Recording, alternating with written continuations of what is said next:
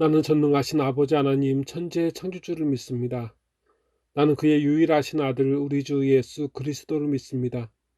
그는 성령으로 잉태되어 동정이와 마리아에게서 나시고 본데오 빌라도에게 고난을 받아 십자가에 못 박혀 죽으시고 장사된 지 사흘 만에 죽은 자 가운데서 다시 살아나셨으며 하늘에 오르시어 전능하신 아버지 하나님 우편에 앉아 계시다가 거기로부터 살아있는 자와 죽은 자를 심판하러 오십니다. 나는 성령을 믿으며 거룩한 공교회와 성도의 교제와 죄를 용서받는 것과 몸의 부활과 영생을 믿습니다. 아멘. 하나님 아버지, 오늘 종료주일을 맞이하여 우리 하나님 아버지께 예배할 수 있도록 우리를 이 예배의 자리로 이끄신 하나님께 영광을 돌립니다. 하나님 아버지, 일주일 동안 저희가 저지른 죄악과 허물을 아버지께서 아시오니 사하여 주시옵고 주님의 보혈을 의지하여서 날마다 죄인이 오나 날마다 주님을 배웠고 주님과 동행하는 영광을 주신 아버지께 영광을 돌립니다. 하나님 아버지, 비록 교회가 얼마나 문을 닫기도 하고 하나님을 예배하던 성도들이 더 이상 눈에 보이지 않지만 하나님 아버지께서 늘 환난 속에서도 성도들을 택하시어 은혜로 입히시고 성령께서 생명을 불어넣으셨음을 지금도 기억하오니 오늘 성령 충만한 역사하심으로 죽어가는 교회와 예배와 성도들을 구원하여 주시옵소서. 이 시간 예배를 주관하여 주시고 예배를 받아주시어 이 예배가 하나님께 기쁨이 되기 원하는 성도들의 잔치가 되게 하여 주시고 그 기쁨을 하나님 취하여 주시옵소서. 이 시간 생명 말씀을 주시옵소서. 나사렛 예수 그리스도의 이름으로 간절히 기도드리옵나이다. 아멘. 오늘 주신 하나님 아버지의 생명 말씀은 마가복음 6장 35절부터 44절까지의 말씀입니다. 신약 63면에 나와 있는 말씀입니다. 때가 저물어 가매 제자들이 예수께 나와 여짜오되 이곳은 빈들이요 날도 저물어 가니 무리를 보내어 두루 촌과 마을로 가서 무엇을 사 먹게 하옵소서. 대답하여 이르시되 너희가 먹을 것을 주라 하시니 여짜오되 우리가 가서 200데나리온의 떡을 사다 먹이리이까. 이르시되 너희에게 떡 몇 개가 있는지 가서 보라 하시니 알아보고 이르시되 떡 5개와 물고기 2마리가 있더이다 하거늘 제자들에게 명하사 그 모든 사람들로 때를 지어 푸른 잔디 위에 앉게 하시니 때로 100명씩 또는 50명씩 앉은지라. 예수께서 떡 5개와 물고기 2마리를 가지사 하늘을 우러러 축사하시고 떡을 떼어 제자들에게 주어 사람들에게 나누어 주게 하시고 또 물고기 2마리도 모든 사람에게 나누심에 다 배불리 먹고 남은 떡 조각과 물고기를 12바구니에 차게 거두었으며 떡을 먹은 남자는 5,000명이었더라. 아멘.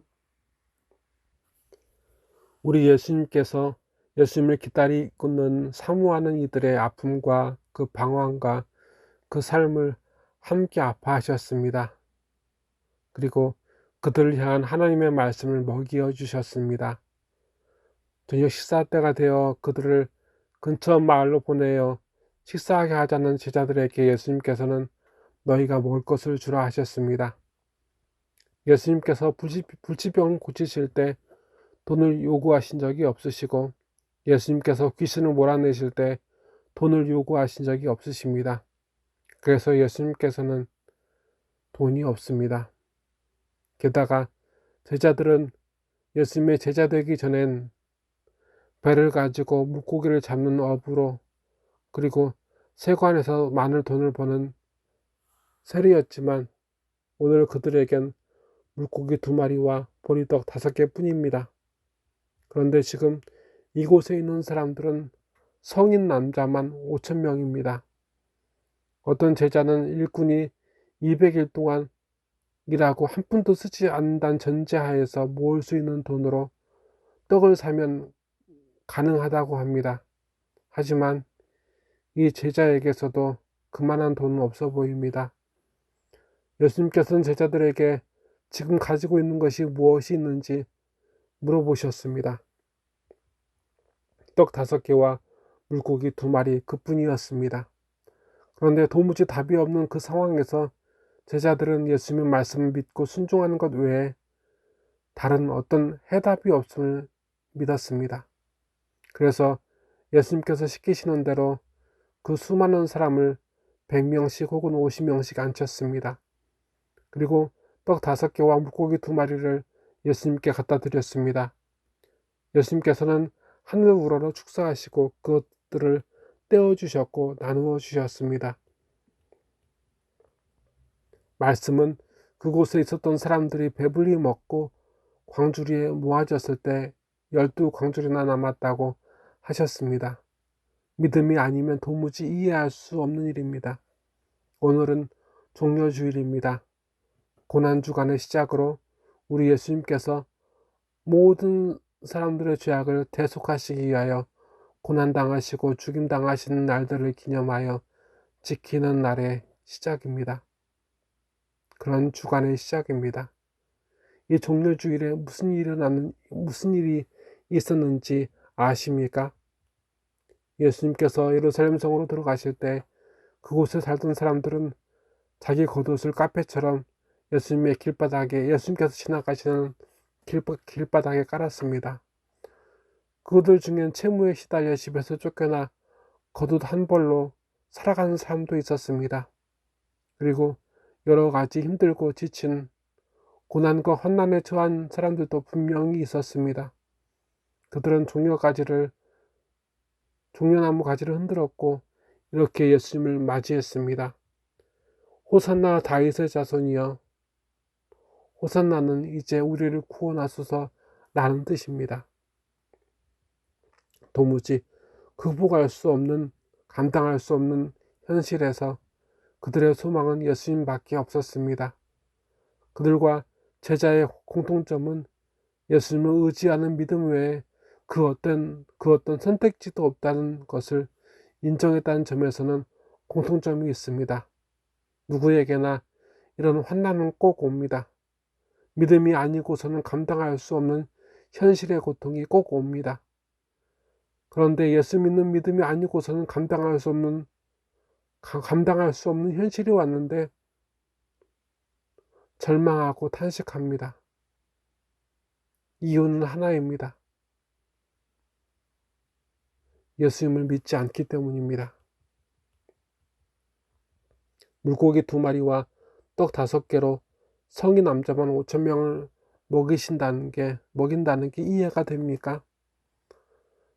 그런데 제자들이 그 말도 안 되는 문제를 봉착했으나 예수님을 온전히 믿었을 때 예수님께서는 빠듯이도 아니고 성인 남자 5,000명을 훨씬 넘는 사람들을 배불리 먹이고도 남아돌아 제자들이 12광줄이나 거두었다고 성령께서는 증언하십니다. 지금 우리는 그 제자들과 호산나 우리를 이제 구원하소서라고 외쳤던 이들과 같이 고난과 환난을 겪고 있습니다. 비록 성격이 다를 뿐입니다. 시대가 다를 뿐입니다. 문제가 다를 뿐입니다. 예수 믿는 믿음이 아니고서는 도무지 답이 없는 인생입니다. 그 공통점이 있습니다. 그런데 예수님께서는 이 믿음을 우리에게 보이라고 하십니다. 우리 예수님께서 예루살렘 성에 나귀 타고 들어오시고 성찬식을 하신 후 가룟 유다에 의해 팔려 멸시와 천대당하시고 채찍 맞으셨습니다. 그리고 십자가에 못 박혀 죽으심으로 영원히 죽을 수밖에 없는 죄인인 우리가 그 죄악에서 속량받아 천국을 약속받았습니다. 우리는 환난과 고난에 매이지 않고 죄사함의 확신과 영생과 천국에 대한 소망에 매여 있습니다. 누군가는 코로나와 여러 가지 문제가 우리로 하여금 예수님을 믿지 못하게 한다 합니다. 어떻게 예수님이 살아계셔서 역사하시면 어떻게 우리가 이처럼 큰 문제에 봉착할 수 있겠냐고, 어떻게 예수님이 살아계셔서 역사하시면 어떻게 우리에게 이처럼 큰 고난과 환난이 오겠냐고, 사람들은 더 이상 예수님 믿기를 거부합니다. 이상합니다. 그 무능력한 제자들은 도무지 자신의 깜냥으로 해결할 수 없는 문제에 예수님을 의심하지 않습니다. 이상합니다. 그렇게 고난과 환난에 찌들어서 보자마자 이제 구원하소서, 이제 우리를 구원하소서라고 소리치는 예루살렘 사람들은 적어도 그때만큼은 그들 앞에 계신 예수님이 그 고난과 환난에서 그들 등이 구원하실 분이라는 사실을 의심하지 않습니다. 그런데도 우리는 날마다 예수님을 의심합니다. 그래서 구원받은 사실도 의심하고 예수님의 죽으심을 구원받았다는 사실에 더 이상 가슴이 뜨거워지지도 않습니다. 이 상황을 어떻게 해야 할까요? 우리 예수님께서 고난과 환난 속에 살던 그들 앞에 오셨던 때와 같이 오늘날 고난과 환난 속에 사는 우리에게도 오십니다. 예수님께서 우리를 구원하시기 원하십니다. 예수님을 믿으십시오. 예수님은 길과 진리요 생명입니다. 다 같이 기도하시겠습니다. 하나님 아버지, 우리를 구원하시기 위해 예수님께서 우리에게 오셨습니다. 그리고 예수님께서 자기 목숨으로 영원히 죽을 수밖에 없는 우리 목숨을 대신하셨습니다. 그래서 죽을 우리가 예수님의 보혈로 살았습니다. 예수님이 2000년 전이나 지금이나 환난과 고난은 여전한데 왜 이렇게 사람들의 믿음은 다른지 예수님 앞에 부끄러울 뿐입니다. 환난과 고난이 오래될수록 클수록 그 옛날 예루살렘 사람들은 더 크게 호산나 이제 구원하소서라고 외쳤을 듯한데 우리는 좀처럼 외치는 것이 아니라 침묵합니다. 그렇게 예수님을 불신합니다. 환난과 고난 속에서 예수님을 불신합니다. 하나님 아버지, 우리에게 믿음을 주시옵소서. 그들과 같이 그들보다도 더 예수님을 믿게 하시고 그들보다도 예수님께 소망을 두게 하옵소서. 이 시간 기도와 찬송을 받아주시고 은혜 충만케 하옵소서. 우리가 주 예수님을 통한 하나님의 구원을 보게 하여 주시옵소서. 예배와 예물을 받아주시옵소서. 나사렛 예수 그리스도의 이름으로 간절히 기도드리옵나이다. 아멘. 지금은 이제 구원하소서라고 주 예수님을 소망하며 신뢰하는 예배자들 위해 주 예수 그리스도의 은혜와 주 하나님 아버지의 사랑하심과 주 성령님의 감화감동 역사하심이 이제로부터 영원토록 함께 계시리로다. 아멘.